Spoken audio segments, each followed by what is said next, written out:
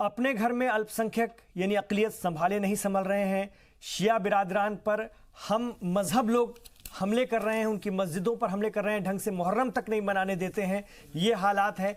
पाकिस्तान से लेकर अफगानिस्तान तक के एक विचारधारा ने बाकियों को दबा कर रखा हुआ है। बावजूद इसके आप अपनी आलमी फजीहत कराते हैं। जब आप लंदन में अंडे, टमाटर और पत्थर फेंकते हैं तो ये दिखता है दुनिया को कि आपका तरीकाकार क्या है, आपकी सोच क्या है और आप हैं किस टाइप के। ये आपको समझ में आता है आपके बारे में दुनिया को। मैं एक बार फिर कौशिक जी के पास आना चाहूंगा। कौशिक जी, ये पाकिस्तान ने जिस तरह का प्रोपेगेंडा बना रखा है कश्मीर को लेकर के, ये बार बार उन्होंने कहा है हम तो आखिरी दम तक ये करते रहेंगे, चाहे कहीं कोई हमें मौका दे ना दे, ये करता रहेगा। क्या लगता है हुकूमत को अब इस मामले में इनसे सख्ती से निपटना चाहिए, कोई बड़ा मैसेज या पैगाम देना चाहिए, या फिर जिस तरह से अभी इनको नजरअंदाज किया जा रहा है, मतलब नाम भी नहीं लिया जाता, तो ये पॉलिसी बेहतर है? देखिए, पाकिस्तान की हैसियत क्या है, एक लाइन में हम इस बात को यदि पूछें तो पाकिस्तान की हैसियत क्या है। वो खुद जो मुल्क कहता हो कि हम मरते दम तक लड़ाई लड़ेंगे, जाहिर सी बात है कि वो पहले मर जाने की बात करता है, अपने मुल्क को मिटा देने की बात करता है। तो पाकिस्तान के इस तरह के गीदड़ भपकियों से हिंदुस्तान को डरने की जरूरत नहीं है और सीरियस लेने की भी जरूरत नहीं है। वो अंडे और टमाटर ही फेंक सकते हैं, इससे ज्यादा कुछ नहीं कर सकते। क्या लेने की जरूरत नहीं है? डरने की जरूरत नहीं है, मैं ये कह रहा हूं। और वो अंडे और टमाटर ही फेंक सकते हैं, इससे ज्यादा कुछ नहीं करेंगे ये। हाँ, निश्चित तौर पे पाकिस्तान में जिस तरह की हुकूमत अभी है, या इमरान खान की जिस तरह की कंडीशन है वहाँ पे, ये छद्म युद्ध जो जिस युद्ध की बात हम कर रहे हैं वो चलता रहेगा। इसके अलावा कुछ ज़्यादा सीरियस उनको लेने की जरूरत नहीं है। और वो घुस के कभी इधर से कभी उधर से कोशिश करेंगे और पकड़े भी जाएंगे वो। प्रॉब्लम यह है कि वो अपने मुल्क में जिस तरह से अलग थलग पड़ते चले जा रहे हैं, और सेना, पाकिस्तान के बारे में ये जग जाहिर है कि वहाँ की सरकार जो है और सेना दोनों में किस तरह के तालमेल हैं। तो ये जग जाहिर है कि हमेशा उथल पुथल का माहौल वहाँ बना रहता है। और वहाँ वो वही व्यक्ति कुछ दिनों तक या मजबूती के साथ चल पाता है जो हिंदुस्तान से टक्कर लेता हुआ दिखाई देता है। तो कोशिश यही है कि हम हिंदुस्तान को टक्कर देंगे, लड़ेंगे, अंतिम वक्त तक लड़ाई लड़ते रहेंगे। मुताबिक क्या पाकिस्तान हिंदुस्तान को टक्कर दे पा रहा है, देते हुए दिख रहा है? कहां से देगा, कहां से देगा? जिस पाकिस्तान के अंदर मतलब ये आप मान रहे हैं ना कि ऐसी मजबूत हुकूमत है इस वक्त हिंदुस्तान में जो कि पाकिस्तान को सही रख सकती है? नहीं, मजबूत हुकूमत पिछले 60-70 सालों के मुकाबले की कोई भी हुकूमत पाकिस्तान के सामने हमेशा से मजबूत रही है। आप ये मत कहें कि अभी की हुकूमत मजबूत है और पहले वाली हुकूमत कमजोर रही है। आप इशारा 20-30 सालों में सर क्या हुआ है? स्पष्ट रूप से बोल रहा हूं, पाकिस्तान कश्मीर पर एग्रेसिव रहता था। मैं स्पष्ट रूप से कह रहा हूं कि हिंदुस्तान में कोई भी हुकूमत रहे वो हमेशा से पाकिस्तान के ऊपर हावी रही है। कहीं ना कहीं 2014 के बाद हालात बदले हैं। नहीं, आप ठीक है, हम आपकी बात समझ रहे हैं, लेकिन मैं एक लाइन में यही कह रहा हूं कि पाकिस्तान में चाहे कोई भी हुकूमत रहे, पाकिस्तान नहीं मजबूरी नहीं है। अरे साहब, पाकिस्तान को किस हद तक दो टुकड़ों में बांट दिया हिंदुस्तान ने, आप कह रहे हैं कि मजबूरी है। आप कहना क्या चाह रहे हैं? मजबूत सरकार पहले भी रही है, उसमें कोई एक नहीं अनेक उदाहरण हैं। लेकिन इल्जाम तो यह भी लगता है कि उस वक्त जो डील हो जानी चाहिए थी कश्मीर को लेकर के, इतने बड़े पैमाने पर सैनिकों को पकड़ा था, फौजियों को हिरासत में लिया था, वो डील अगर हो जाती तो वहां पर भी तो कुछ गलतियां हुई है ना, वो मसले खत्म। तो इसी को रोना रोते रहेंगे क्या? एक नहीं, कई दफा इस तरह के वक्त आए हैं जब आपको गर्व करने का मौका मिला है। तो किया भी तो है, हिंदुस्तान के अटल बिहारी वाजपेयी जी ने, जो विपक्ष के नेता थे, उन्होंने कहा था कि तारीफ करता हूं, लेकिन आज का विपक्ष तो तारीफ की बात क्या सवाल उठा रहा है, इस निर्णय को गलत ठहरा रहा है। इस निर्णय को लेकर के कई बार जो है पाकिस्तान के प्रोपेगेंडा का शिकार हो जा रहा है। इमरान भाई, मैं बार बार कह रहा हूं कि यदि सैनिकों को लेकर के सियासत आप करेंगे तो सवाल आपसे पूछे जाएंगे। कौन कर रहा है? यदि आप 370 को लेकर के सियासत करेंगे और उसका राजनीतिक फायदा उठाने का प्रयत्न करेंगे तो सवाल किए जाएंगे, आपको जवाब देना होगा ना। कहां किया? सैनिकों की सियासत की बात यदि आप कर रहे हैं, या सर्जिकल स्ट्राइक की बात कर रहे हो, या एयर स्ट्राइक की बात कर रहे हो, किसने सबसे पहले? सरकार ही तो करती है ना, और कौन करेगा? अरे साहब, मैं वही पूछ रहा हूं, विपक्ष ने सवाल उठाया तो कब उठाया? जब आपने 250, 300, 400 करने शुरू कर दिए तब सवाल उठा गया ना। देश की सेना जो है वो मनमोहन सिंह जी को, अरे साहब, देश की सेना ने प्रेस कॉन्फ्रेंस करके ये कहा कि हम लाशें नहीं गिनते हैं, हमें कोई पता नहीं कि कितनी लाशें हमने बिछाई है। और आप केवल राजनीतिक फायदा के लिए 250 को सड़क का गुंडा कहना ये सियासत नहीं है। तो आपसे पूछा भी सेना के चीफ को सड़क का गुंडा कहना सियासत नहीं है। नहीं, सियासत हम ये नहीं कह रहे हैं, ये बिल्कुल गलत है। पुरजोर मैं इसकी निंदा कर रहा हूं, ये गलत है। वो हमारे देश के यदि सेना के चीफ हैं तो उनके साथ इस तरह का शब्द विशाल जी, आप कुछ कहना चाहिए? संदीप दीक्षित ने कहा था, इनके बहुत अच्छे दोस्त इमरान भाई, मैं अपने ये कांग्रेस के सपोर्टर भाई साहब से पूछना चाहूंगा केवल और केवल एक सवाल कि आप हमें एक मुद्दा बता दें कि किस मुद्दे पर आप भारत सरकार का समर्थन करेंगे। Point number 1। पॉइंट नंबर 2, आपकी सरकार पिछले 60 साल से ज्यादा वर्षों तक पावर में थी। आप मुझे बताइए, आपने तो बीज बोकर दे दिया, आज वो वटवृक्ष बन के खड़ा हो गया। तो आप कहते हैं कि हम सवाल पूछेंगे, 370 पर सवाल पूछेंगे। आप हमेशा क्वेश्चन रेज करते हैं, एंटी नेशन बनने की कोशिश करते हैं। जब पुलवामा पर हुआ, जब एयर स्ट्राइक किया गया, तब भी आप पूछ रहे थे कि ये झूठ है। जब इमरान खान ने खुद कह दिया कि कहीं भारत पुलवामा की तरह दोबारा एयर स्ट्राइक ना कर दे, तब आपको जाके यकीन हुआ कि हाँ ये बात सही है। आंखों पे पट्टी बांध लेंगे, तो इसलिए देखिए, आंखों पे पट्टी क्या, आप मुझे बताइए। नंबर 1, नंबर 2, आप हमको बताइए, राहुल गांधी जी पिछले 70 साल, राहुल गांधी जी जब से राजनीति में आए तब से कितनी बार कश्मीर गए? तरह से देश के साथ आज जब वहां पर मुद्दा गंभीर है, संवेदनशील है, तो 12 लोगों का डेलीगेशन लेकर कश्मीर जा रहे हैं। इसके पहले कश्मीर घूमने का समय नहीं था, तो उसको टूरिस्ट जा रहे हैं। भाई साहब सुनिएगा प्लीज, सुनिएगा। प्रोफेसर कड़वा होता है, लेकिन आपको जवाब देना होगा। नंबर 1, आप कह रहे हैं कि क्यों, आप कह रहे हैं कि क्यों बंद कर रखा है? अरे भाई, बंद नहीं कर रखा है। जब अलगाववादी नेताओं के कहने पर वहां पर 90 दिन कर्फ्यू लगा रहता था, तब आप नहीं बोलते थे। और आज वहां पर अगर इस संवेदनशील मुद्दे को सॉल्व करने के लिए सरकार ने प्रिकॉशनरी मेजर लिया है, तो आप कह रहे हैं कि हम क्यों है? 87 थानों में कोई कर्फ्यू नहीं है, 110 थानों में से 87 थानों पर कोई कर्फ्यू नहीं है। मिला था, आप हमें ये बताइए पहले, और आप ब्लेम करते हैं। आप संजय जी क्यों बंद कर रखा है? इसलिए बंद कर रखा है ताकि आप बाहर आकर आ रहा हूं विशाल जी आ रहा हूं, स्टेटमेंट देकर समाज में भावना न पैदा करें। सुन तो लीजिए, राष्ट्रवाद का ठेका केवल आपने लिया। राष्ट्रवाद की आप हमको सर्टिफिकेट देंगे क्या? हमने आपको, आप सुनिए, राष्ट्रवाद की बात नहीं है यहाँ पर। सवाल जब हम करते हैं तो आप सुनिए पहले, आप मेरे बात का एक सवाल जवाब दे दीजिए। आपको 70 सालों का पराक्रम नहीं दिखाई दे रहा है। आप हमको बताइए ना सोल्यूशन, आपने निकाला सोल्यूशन, आप क्या दिखाएंगे? आपने सोल्यूशन निकाला। आप मुझे बताइए, आप कहते हैं कि राष्ट्रवाद का आप हमको सर्टिफिकेट देंगे। I am not going to give you the certificate, but I can ask the question, tell me, क्या किया आपने? राहुल गांधी जी पिछले 10 सालों में कश्मीर कितनी बार घूम ले गए? वहां की समस्या को देखने के लिए कितनी बार गए? आपको 70 सालों में क्या हुआ आपको दिखाई नहीं दे रहा है क्या? आप मुझे बताइए ना, आप बताइए, आप हमें बताइए ना, इस तरह की बातें कर रहे हैं। बताइए, बताइए, ये 70 सालों का ही है। आप बताइए, आप बताइए ना, ये मेक इन इंडिया ने आपको यहाँ नहीं बैठा है। आप बताइए ना, कैमरे के सामने बैठ करके पूरे मुल्क को आप बोल रहे हैं और पूरा मुल्क सुन रहा है। तो अब 6 सालों का मेक इन इंडिया आपको नहीं ये प्लेटफॉर्म उपलब्ध कराया है। ये 70 सालों के पराक्रम नहीं आपको ये प्लेटफॉर्म नहीं कराया है। देखिए, आप मुद्दे से भटका रहे हैं, आप मुद्दे से भटका रहे हैं। बात कश्मीर की हो रही है और आप पूरे देश की बात करने लगे। प्रोफेसर साहब आप भी सुनिए ना, आप भी सुनिए, और संजय जी आप भी मुझे बताइएगा कि इंटरनेशनल प्लेटफॉर्म पर तो कम से कम कांग्रेस के लोग भी हों, चाहे भारतीय जनता पार्टी के लोग भी हों, एक सुर में तो बात करते हैं। वो घर में पाकिस्तान के लोग, इमरान भाई, पूरे पूरे एक सुर में बात कर रहे हैं। ये हमारा हिंदुस्तान ही है। यहाँ पर अपने पर्सनल हितों को, अभी आपने कहा लाभ लेना चाहिए, चुनावी स्टंट था, चुनावी लाभ लेने के लिए ऐसा किया गया है। मान्यवर, एक बात का जवाब दे दें, आप मेरी एक बात का जवाब दे दें कि अगर हमें ये पहले से मालूम है कि अगर मैंने आपको खुला छोड़ दिया कुछ दिनों के लिए, तो आप अपना पॉलिटिकल रिगेन करने के लिए अनावश्यक स्टेटमेंट कमाल की बात कर रहे हैं आप। ये प्रिवेंटिव मेजर है, आप हमें दिखा रहे हैं, आप किसी को बैन नहीं किया गया है। संजय जी क्या कहेंगे इस बहस पर? क्या कहेंगे?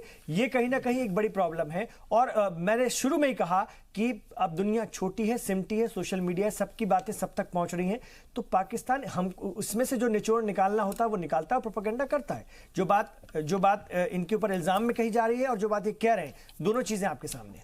देखिए, 3-4 चीजें बहुत अहम हैं। वो चाहे मैं उसमें विशाल भाई से बिल्कुल सहमत नहीं हूं, जो इनका कहना कि कुछ नहीं किया 70 साल में, 1 मिनट में उठा के बीजेपी से समर्थित जो लोग हैं वो सदैव ये कहते हैं। मैं अपनी बात तो कह दूं भाई साहब, मैं अपनी बात कह दूं। मैं आप जब बोल रहे थे नहीं, मैं 1 मिनट, आप देखिए अंतरराष्ट्रीय स्तर पे, जैसे अभी आप बताया, गौरव गोगोई ने क्या कहा? नहीं कहा कि हम साथ हैं, ये हमारा बायलैटरल इशू है, हमारा जो कश्मीर का इशू, हम आपसे पूछ के क्या तब्दीली करेंगे?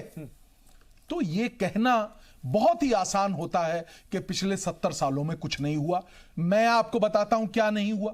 अगर उस वक्त की, ये मैं बार बार पुरजोर तरीके से कहता हूं कि 370 उस वक्त की रिक्वायरमेंट थी, और किस तरीके से 1954 में और 14 और दफा वक्त की थी ना सर, 70 साल। तो मैं बता रहा हूं सर, 1 मिनट इमरान साहब, 14 दफा प्रेसिडेंशियल ऑर्डर से आउट ऑफ 97 तकरीबन मेरे ख्याल से 93 ऐसे सब्जेक्ट्स हैं, वो सब उस पर कानून पास किया गया। देखिए, स्टेट ऑफ अफेयर्स बहुत अहम है।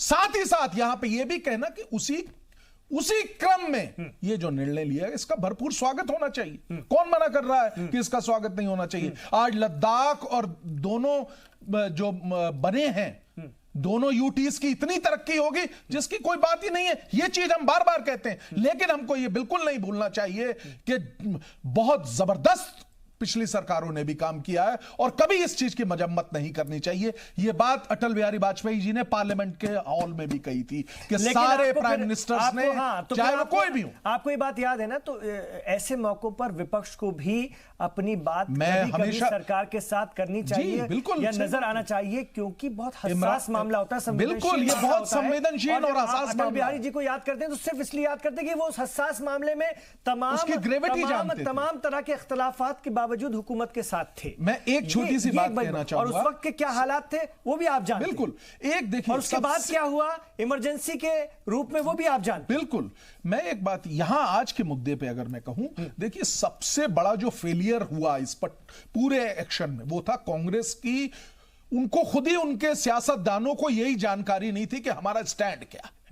पहले दिन से उनको यही नहीं पता था। कोई कह देता यूएन का इशू, कोई कुछ कह देता, और उनमें से उन सियासतदानों में से काफी सारी परसेंटेज, हुड्डा, अपने सिंधिया और तमाम लोगों ने मजम्मत करी कि नहीं, जो कांग्रेस ने कहा गलत है, हम इसका स्वागत करते हैं। नहीं, और ये आप देखिए पूरी आवाज यही है, सारे वहां की अब आवाज यही बातें जब यहां से आती है ना, तो ये जो अंडे और टमाटर फेंकने की ताकत उन हाथों को, ये कुछ इस तरह की बातें भी दी जो वहां पर जाके प्रोपेगेंडा बनती है और लोगों में ये हिम्मत आती है कि वो हिंदुस्तानी हाई कमीशन पर पत्थर फेंके, अंडे फेंके और इस तरह की बदतमीजी करे। देखिए, अगर वो आज हमारी टेरिटरी होती, देखना होगा आज वो हमारी टेरिटरी होती तो इस तरह के अंडे और पत्थर नहीं होते। विदेशों में कुछ नहीं कर सकते। नहीं, विदेशों में कुछ नहीं कर सकते, लेकिन जो हाथ उठ रहे हैं उनमें ये बात कहां से आ रही है? बहुत सारी चीजें सर काम करती हैं, बहुत सारी चीजें काम करती हैं, आप भी जान रहे हैं। यूनिसेफ में पाकिस्तान की आलमी फजीहत, लंदन में पत्थरबाजी पर उतरे पाकिस्तानी, सारे हथकंडे, सारे हरबे वो इस्तेमाल कर सकते हैं, वो करेंगे। और उन्होंने ये ठान रखा है कि वो इस मुद्दे को इसलिए उठाते रहेंगे ताकि अपने अवाम के सामने अपना चेहरा छुपाए रखें और उनको इसी में बहला करके रखें। सैयद यासिर जिलानी, ब्रेक से पहले काफी गहमा गहमी हुई, कुछ बातें पिछली सरकारों को लेकर भी कही गई और मौकिफ ये रखा जाता है कि कहीं ना कहीं इस वक्त साथ होना चाहिए था, तभी ये पत्थरबाजों को कहीं ना कहीं ताकत मिलती है। अगर कुछ एक सा विचार होता तो कहीं ना कहीं एक लाइन जाती कि हां, हिंदुस्तान अपने स्टैंड पर है। और हिंदुस्तान अब जो है, कुछ लोग बात करते हैं कि मजलूमों के साथ अन्याय हो रहा है, जुल्म हो रहा है, कुछ लोग कहते हैं कि हमें वहां देखने दो, उनको सामने लाओ। ये सारी बातें उनको पत्थर उठाने की ताकत देती, कांच फोड़ने की ताकत देती, हालांकि उनकी तो आदत ही है, उनका तो डीएनए है। लेकिन मैं बता रहा हूं कि यहां से जो बातें जाती हैं उसमें भी कहीं ना कहीं उनको ताकत मिलती है। देखिए, आप अभी हमारे दोनों को पैनलिस्ट ने जो बात कही है, कहीं ना कहीं ये लोग इनके दिमाग में ये बात रहती है कि अगर सरकार कोई बात कह रही है तो हम उसके अगेंस्ट जाएंगे, क्योंकि इनकी भी राजनीति इन्हें भी करनी है, ये भी एक दल से जुड़े हुए हैं, लाइक माइंडेड हैं। तो मैं उस पर आऊँगा, लेकिन मैं इनसे सिर्फ ये कहना चाहता हूँ कि थोड़ा अपडेट आप लोग रहा करें। आज एक प्रेस कॉन्फ्रेंस जो है पाकिस्तान के सेना के जो प्रवक्ता हैं मेजर जनरल आसिफ गफूर ने किया है, उसकी थोड़ी जानकारी ले लेते। क्या कहा उन्होंने? उसने पूरी जो प्रेस कॉन्फ्रेंस थी वो कश्मीर के बेस पे थी। उन्होंने कहा कश्मीर के लिए ना चाहते हुए भी हम लोग युद्ध करना हमारी मजबूरी है। उन्होंने कहा कि कश्मीर में हम आखिरी सांस तक एक लास्ट वाली गोली भी बच जाएगी तो हमारे सिपाही कश्मीर की आजादी के लिए लड़ेंगे।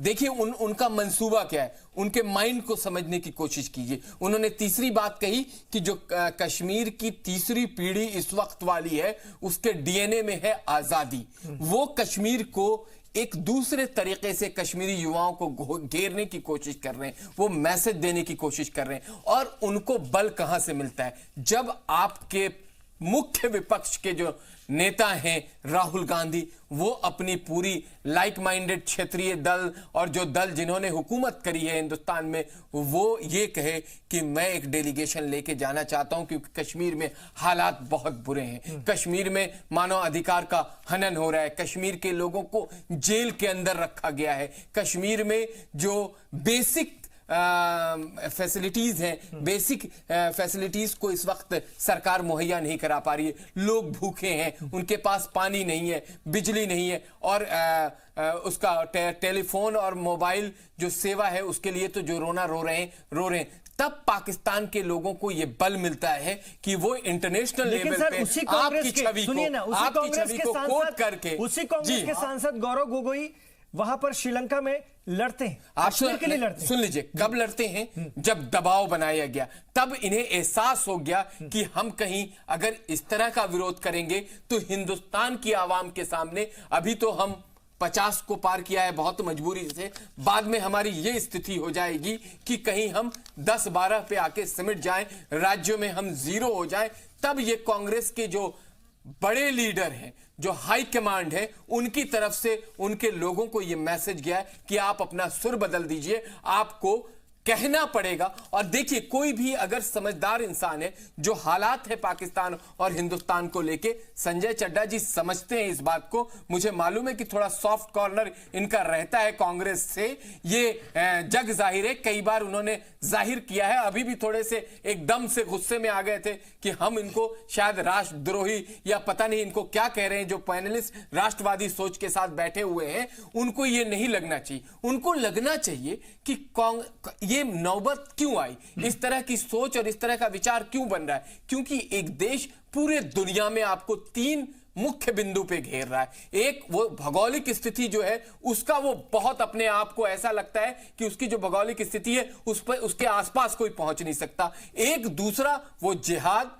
धर्म और इस्लाम के नाम पे वो आपको घेरने की कोशिश कर रहा है। पूरे दुनिया के मुसलमानों से वो गुहार कर रहा है, गुजारिश कर रहा है, लेकिन दुनिया के मुस्लिम देशों ने ही उसको बढ़ चढ़ के तमाचा मार दिया। दुनिया के मुस्लिम देशों ने यह दिखा दिया कि वो भारत के कूटनीति के साथ हैं, वो भारत के पॉलिसी के साथ हैं, वो भारत के नेता के साथ हैं। जो इस वक्त के भारत के नेता वजीर आजम नरेंद्र मोदी हैं। अब तक जो इस्लामिक ममालिक है, जब ये 370 और 35A पहले दिन जब इसको हटाया गया, जो पहली कंट्री है जिसने आपके साथ आके खड़ा हुआ, जिससे सबसे ज्यादा पैसे की अगर मदद किसी ने ली है तो पाकिस्तान ने, वो UAE आपके साथ खड़ा था। आपको यह सोचना और समझना चाहिए कि दुनिया के जो इस्लामिक ममालिक हैं, वो हिंदुस्तान के साथ खड़े हैं। वो जो पैसे से मदद करते थे, वो पाकिस्तान के खिलाफ खड़े हैं। आप यहाँ पे भारत में रह के क्यों विरोध कर रहे हैं, ये सोचने की जरूरत है। हम आपको देशद्रोही,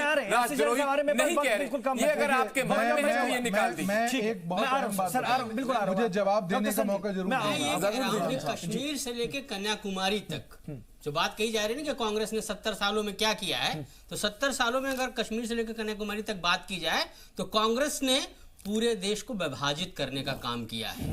विकास की धारा, ये नहीं कहा जा रहा है कि नहीं काम किया, नहीं किया, लेकिन जो पहल थी, जो कूटनीतिक चाल होनी चाहिए थी विपक्ष की, वो पाकिस्तान की कूटनीतिक चाल लग रही थी, न कि वो भारतीय राष्ट्रवाद की चाल लग रही है। क्योंकि इमरान खान जो बोल रहे हैं वही बात यहाँ पे राहुल गांधी बोल रहे हैं। भाई 70 साल में आखिर क्यों उन्होंने टेम्परेरी शब्द को, उस संविधान समिति जब उनके पास टू थर्ड मेजॉरिटी थी, वो नहीं कर पा रहे थे। इसका मतलब ये था कि वो उस राजनीति को भुनाना चाहते थे।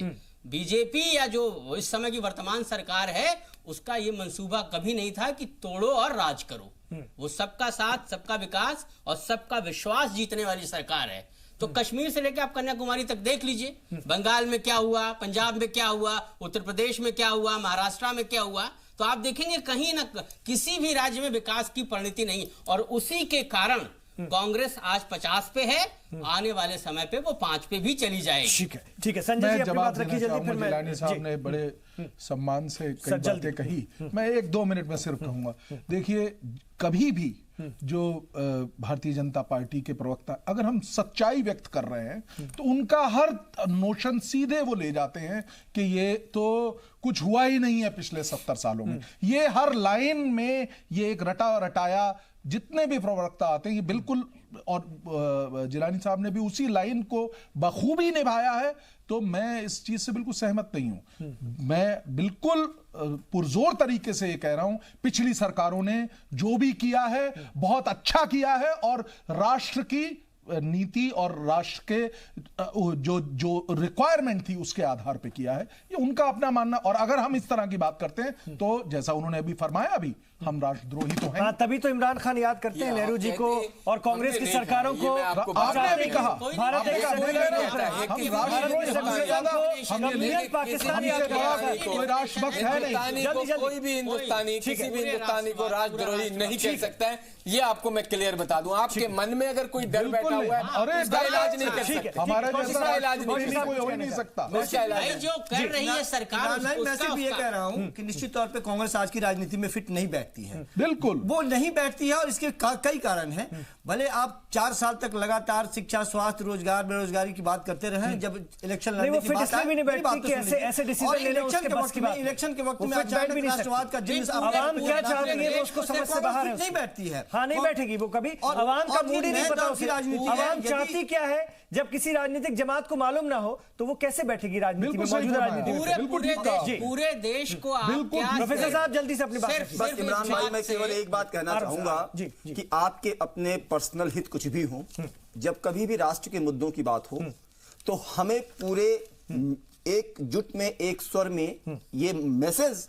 अंतरराष्ट्रीय कम्युनिटी को देना चाहिए कि हम एक हैं। और यही मेरा कहना। और आज दूसरी बात मैं यहाँ पर ये दूसरी बात इमरान भाई, मैं यहाँ पे बहुत दुख के साथ ये बात कह रहा हूं, कांग्रेस जैसी बड़ी पार्टी को ये स्टैंड बहुत पहले दिन से ही लेना चाहिए था। बिल्कुल सही बात कि हम सरकार के साथ हैं, और आप इसे कहीं ना कहीं ये मान सकते हैं कि ये कांग्रेस का अपना द्वंद्व था अंदर का कि वो करे तो क्या करे। एक उनका जो गुट था वो 370 के साथ था, और जो बात दूसरी बात ये कि आप अपना इंटरेस्ट कुछ भी रखें। गोगोई साहब ये कह रहे हैं कि राहुल गांधी को ये बात कहने में क्या दिक्कत हो रही है। नहीं, आप देखते नहीं है, कुछ दिन पहले कहा तो है राहुल गांधी ने कि ये बायलैटरल इशू है। भाई साहब पहले हुजूर बहुत देर कर दी तुमने आते आते, कितने दिन बाद कहा है, इस पर भी गौर करना चाहिए। बहुत देर कर दी हुजूर आते आते, बहुत देर कर दी हुजूर आते आते, वो बहुत देर कर दी है। और लास्ट में इमरान भाई मैं ये कहना चाहूंगा कि निश्चित तौर पे कांग्रेस को साथ में होना चाहिए था, लेकिन सबसे बड़ी जिम्मेवारी सरकार की भी बनती है कि एक बार विपक्ष को भी अपने विश्वास में लेना चाहिए था। और ये फिर उसके बाद पत्थरबाजों को भी ले लेना चाहिए था, पाकिस्तान को भी विश्वास में ले लेना चाहिए था, अलगाववादियों को भी ले लेना चाहिए। बात कर रहे हैं आप, हम विपक्ष की बात कर रहे हैं, पाकिस्तान की बात कर रहे हैं। सरकार बहुत अच्छा कार्य कर रही है। कल भी आपने देखा एक सुखद तस्वीर जिसमें 100 से ज्यादा सरपंच वजीर दाखिला से आके मुलाकात करी है। वो कश्मीर के लोग थे, कश्मीर के ये जो डिबेट करने वाले कश्मीर से आके यहाँ जो प्रवासी बन के दिल्ली में रह रहे हैं वो नहीं थे, वो वहाँ के बिल्कुल लोकल थे जिन्होंने वहाँ से चुनाव लड़ा है। बहुत विपरीत परिस्थिति में, बहुत खतरनाक यासिर साहब, ये रिक्वायरमेंट है, हमें लीडरशिप डेवलप करनी पड़ेगी। लेके आए हैं, बट उस पे भी कुछ लोग सवाल उठाया है। बिल्कुल हमारे पत्रकार महोदय ये बात सही कह रहे हैं, लेकिन ये सुखद तस्वीरें बार बार सरकार की तरफ से आती हैं जो बहुत अच्छा लगता है। और ये लगता है कि जो काम हमारे होम मिनिस्टर कर रहे हैं वो यकीनी तौर पे कश्मीर में हालात सुधारने के लिए सबसे बेहतरीन तरीकों में से एक तरीका है। और कश्मीर के लोग भी इसको धीरे धीरे मानने लगे। कश्मीर की जो आवाम है ये समझ रही है कि मौजूदा सरकार जो है वो हमारे लिए बेहतर कर रही है। बहुत शुक्रिया, दिखना चाहिए पहल जो कर रही है सरकार, विपक्ष को दिखना चाहिए। और यही बौखलाहट है पाकिस्तान की, जो वो दुनिया भर में पत्थर चला रहा है, लेकिन ऐसे पत्थरबाजों को दुनिया भी समझ चुकी है और इनका हिसाब करती भी है। पुलिस कार्रवाई होगी और जितने लोगों ने वहां पर पत्थरबाजी की है वो अंदर जाएंगे, क्योंकि वहां के मेयर ने लिख दिया है। ये हरकत कश्मीर में चल जाती थी, अब नहीं चलेगी। ऐसी दुनिया में कहीं और चल भी नहीं सकती आपकी हरकत, क्योंकि आपका ये कल्चर है। आप अपने मुल्क में कीजिए खूब पत्थरबाजी, लेकिन अब ना हिंदुस्तान में चलेगी और ना ही दुनिया के किसी और कोने में चलेगी। बहुत शुक्रिया आप तमाम लोगों का इस चर्चा में हिस्सा लेने के लिए। आप रहिए जी सलाम के साथ।